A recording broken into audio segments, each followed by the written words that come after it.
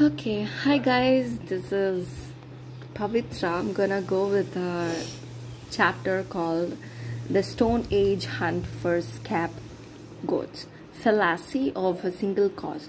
Chris Matthews is one of MSNBC's top journalists. In his news show, so-called political experts are wheeled on one after the another and interviewed. I have never understood what a political expert is or why such a career is worthwhile. In 2003, the US invasion of Iraq was an issue on everybody's lips. More important than the experts' answers were Matthews' questions. What is the motive behind the war? I wanted to know whether 9 pause. Okay, so 9/11 is the reason. Because a lot of people think it's payback. Do you think that the weapons of mass destruction were the reason for this war? Why do you think we invaded Iraq? The real reason, not the sales pitch, and so on. I can't abide questions like that anymore. They are symptomatic of the most common of all mental errors, a mistake for which, strangely enough, there is no everyday term. For now, the awkward phrase, the fallacy of a single cause, will have to do. 5 years later, in 2008, panic reigned.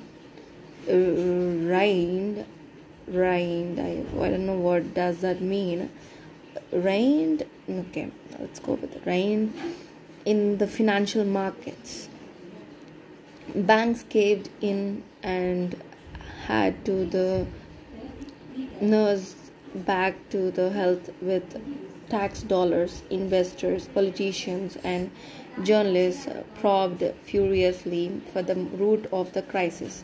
Greenspans lose monetary policy, the stupidity of investors, the dubious rating agencies, corrupt auditors, back risk models, pure greed, not a single one. And at every one of these is a cause. Balmy Indian summer, a friend's divorce, the First World War, cancer, a school shooting, the worldwide success of company, the invention of writing. Any clear thinking person knows that no single factor leads to such events. Rather, there are hundreds, thousands, and infinite number of factors that add up. Still, we keep trying to pin the blame on just one. When an apple ripens and falls, what makes it fall? Is it that it is attracted to the ground? Is it that the stem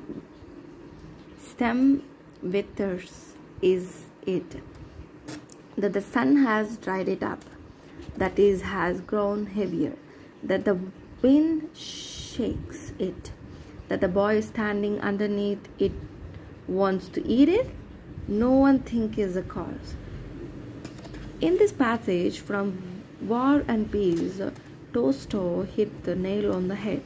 Suppose you are the product manager for the well-known breakfast cereal brand. You have just launched an organic low-sugar variety. After a month, it's painfully clear that the new product is a flop. How do you go about investigating the cause? First, you know that there will never be one sole factor. Take a sheet of paper and sketch out all the potential reasons. Do the same for the reasons behind these reasons. After a while, you will have a network of possible influencing factors. Second, highlight those you have changed and delete those you cannot, such as human nature. Third, conduct empirical tests by varying the highlighting factors in different markets. This costs time and money, but it's the only way to escape the swamp of superficial assumptions.